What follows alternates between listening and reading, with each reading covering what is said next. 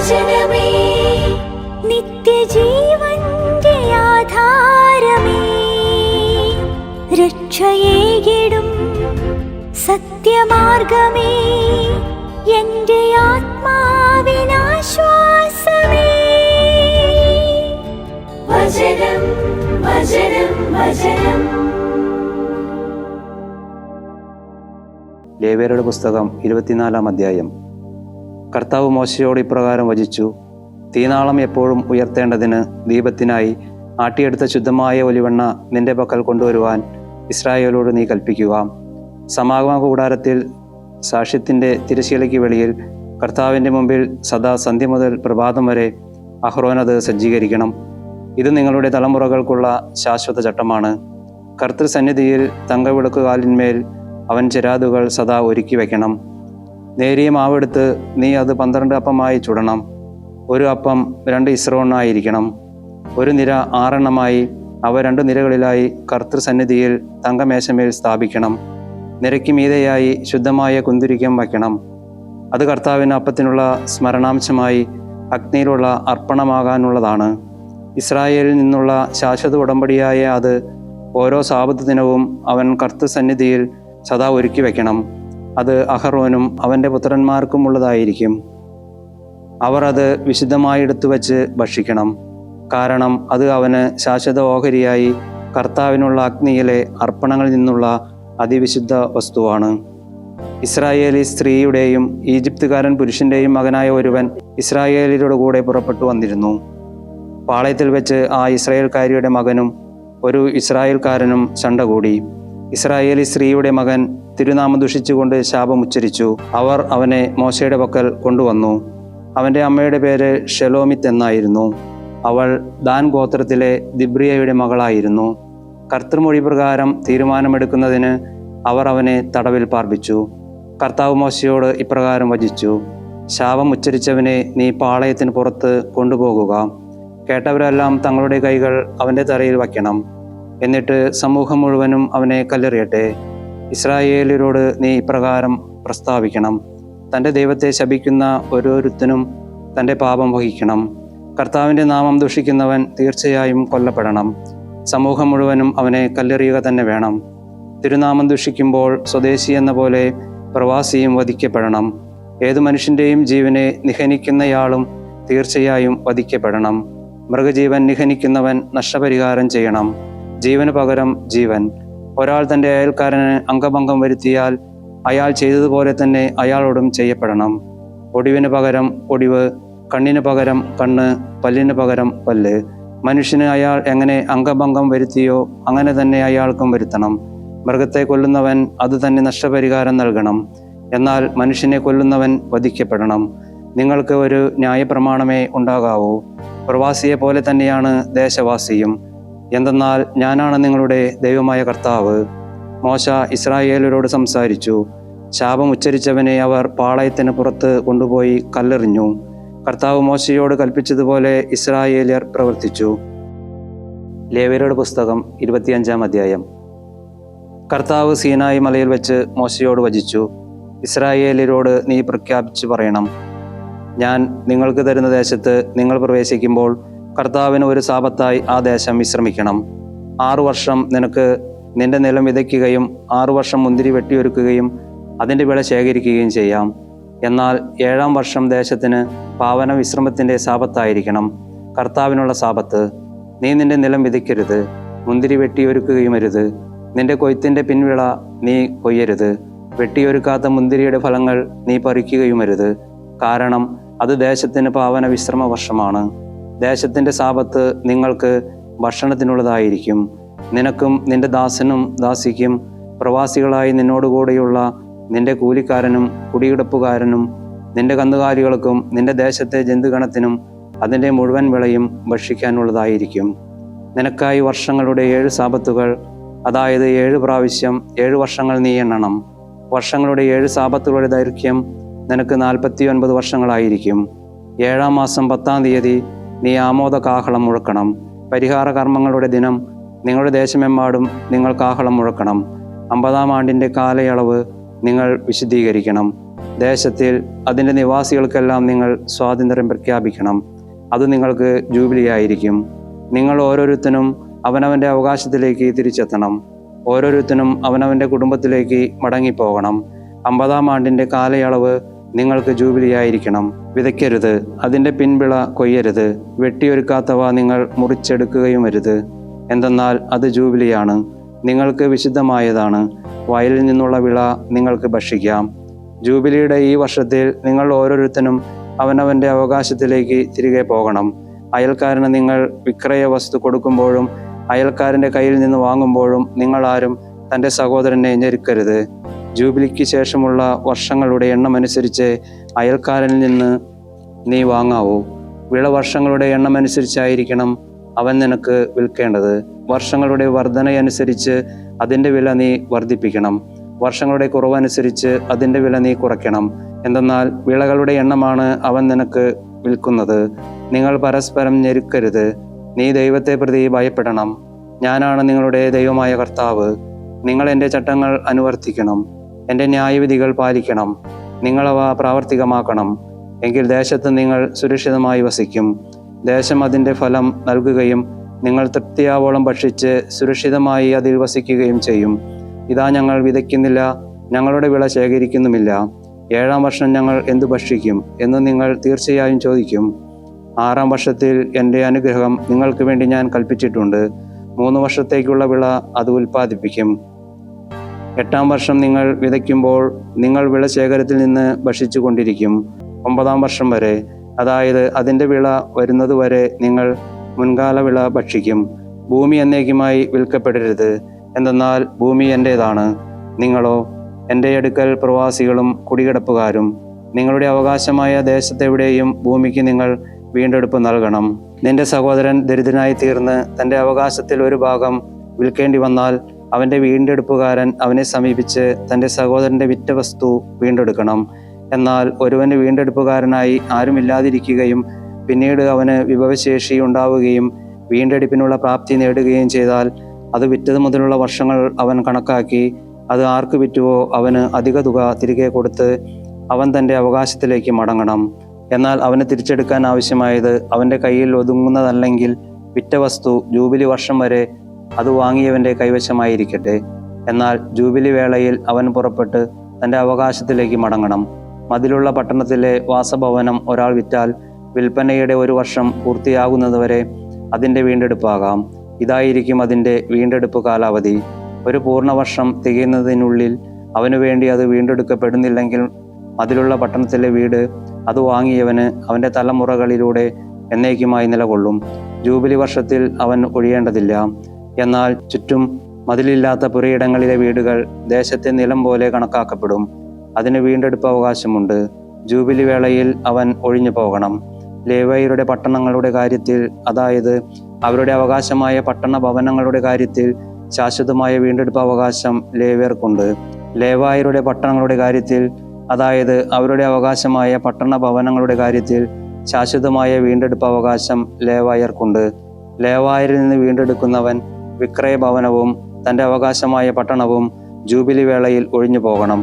കാരണം ലേവായരുടെ പട്ടണ ഭവനങ്ങൾ അവർക്ക് ഇസ്രായേലിയുടെ ഇടയിലുള്ള അവകാശമാണ്. അവരുടെ പട്ടണങ്ങളുടെ മേച്ചിൽ വയലുകൾ വിൽക്കപ്പെടരുത്. എന്തെന്നാൽ അത് അവരുടെ ശാശ്വത അവകാശമാണ്.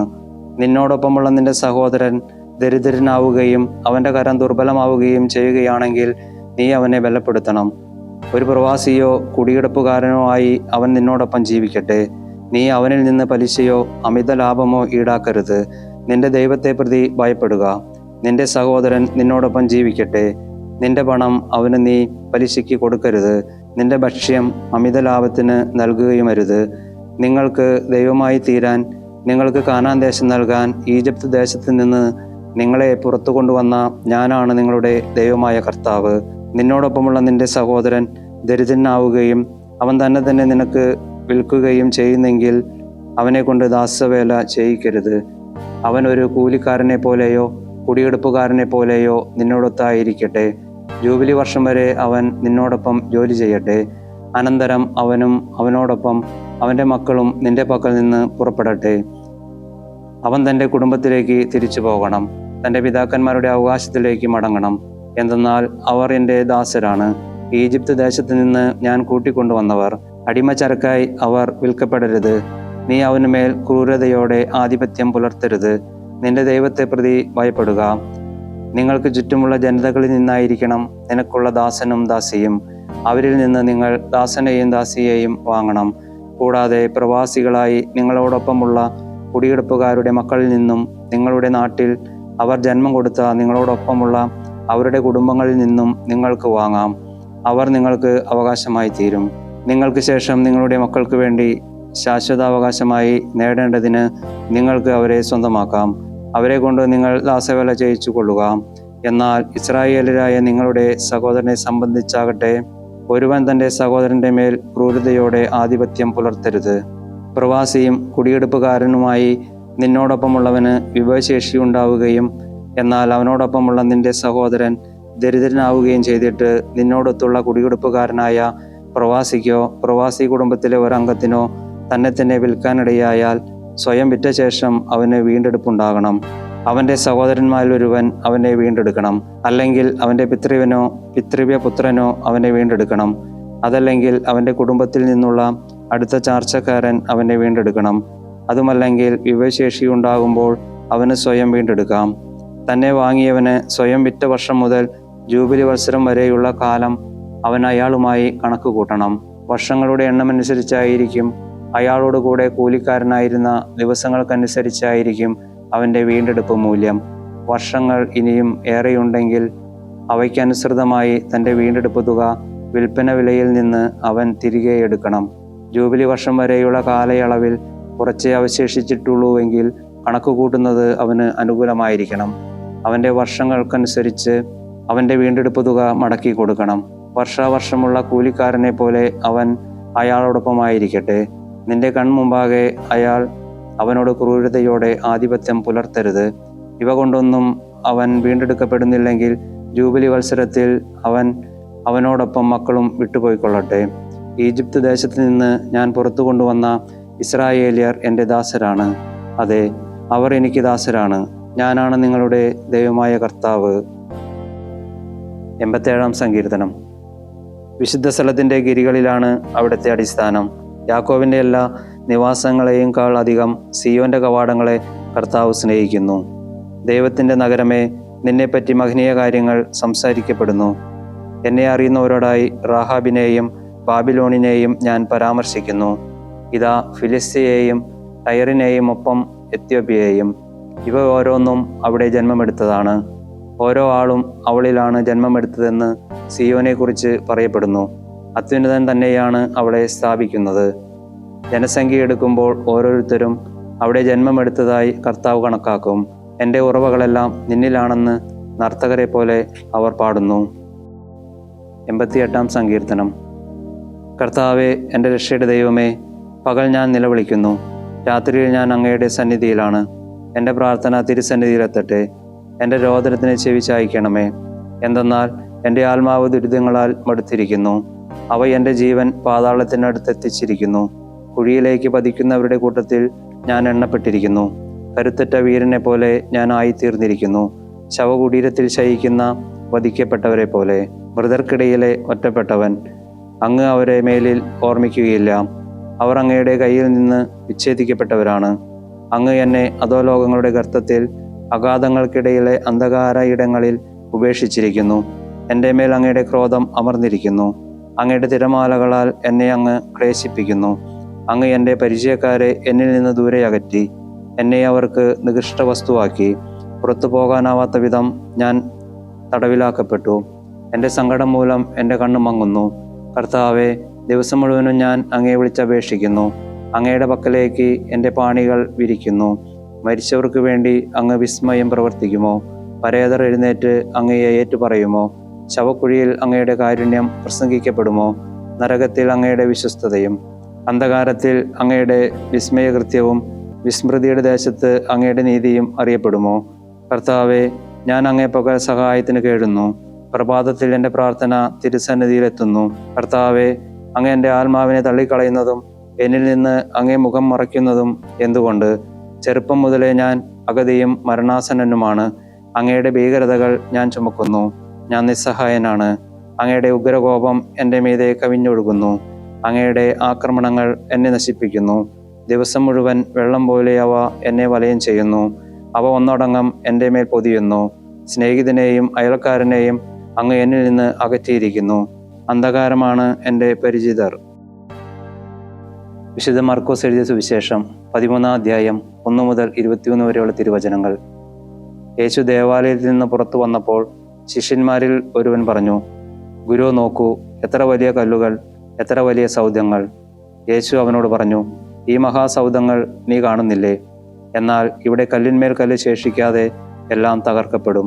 അനന്തരം അവൻ ഒലിവുമലയിൽ ദേവാലയത്തിന് അഭിമുഖമായി ഇരിക്കുമ്പോൾ പത്രോസും യാക്കോബും യോഹന്നാനും അന്ത്രയോസും അവനോട് സ്വകാര്യമായി ചോദിച്ചു, ഇത് എന്ന് സംഭവിക്കുമെന്നും ഇവയെല്ലാം പൂർത്തിയാകാൻ തുടങ്ങുമ്പോൾ അടയാളം എന്തായിരിക്കുമെന്നും ഞങ്ങളോട് പറയുക. യേശു അവരോട് പറയാൻ തുടങ്ങി, ആരും നിങ്ങളെ വഴിതെറ്റിക്കാതിരിക്കാൻ സൂക്ഷിച്ചു കൊള്ളുവിൻ. ഞാനാണ് എന്ന് പറഞ്ഞ പലരും എൻ്റെ നാമത്തിൽ വരും. അവർ അനേകരെ വഴിതെറ്റിക്കും. നിങ്ങൾ യുദ്ധങ്ങളെപ്പറ്റി കേൾക്കും, യുദ്ധവാർത്തകളും.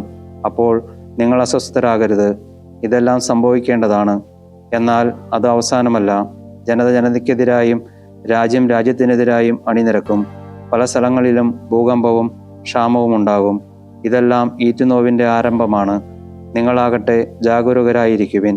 അവർ നിങ്ങളെ ന്യായാധിപ സംഘങ്ങൾക്ക് ഏൽപ്പിച്ചു കൊടുക്കും. സിനഗോഗുകളിൽ വച്ച് നിങ്ങൾ പ്രഹരിക്കപ്പെടും.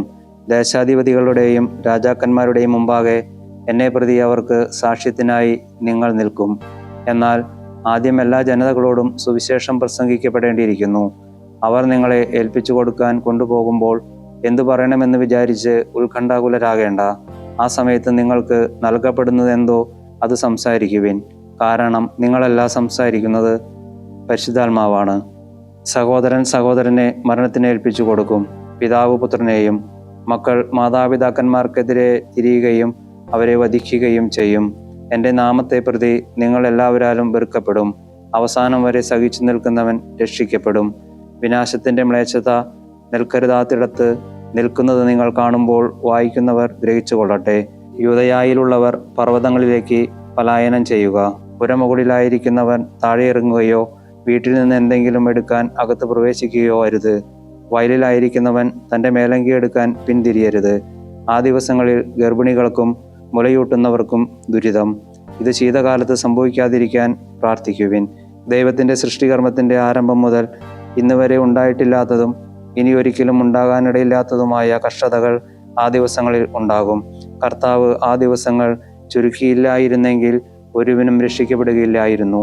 എന്നാൽ ദൈവം നിർണയിച്ച തിരഞ്ഞെടുക്കപ്പെട്ടവർക്ക് വേണ്ടി അവിടുന്ന് ആ ദിവസങ്ങൾ ചുരുക്കി. ഇതാ ക്രിസ്തു ഇവിടെ, അതാ അവിടെ എന്ന് ആരെങ്കിലും അപ്പോൾ പറഞ്ഞാൽ നിങ്ങൾ വിശ്വസിക്കരുത്. കാരണം കള്ളക്രിസ്തുമാരും വ്യാജപ്രവാചകന്മാരും ഉയർന്നു വരും. സാധ്യമെങ്കിൽ തിരഞ്ഞെടുക്കപ്പെട്ടവരെ വഴിതെറ്റിക്കുന്നതിന് അടയാളങ്ങളും അത്ഭുതങ്ങളും അവർ പ്രവർത്തിക്കും. എന്നാൽ നിങ്ങൾ ജാഗരൂകരായിരിക്കുവിൻ. എല്ലാം ഞാൻ മുൻകൂട്ടി നിങ്ങളോട് പറഞ്ഞിരിക്കുന്നു. ദൈവവചനമേ, നിത്യജീവന്റെ ആധാരമേ, രക്ഷയേകിടും സത്യമാർഗമേ, എൻ്റെ ആത്മാവിനാശ്വാസം.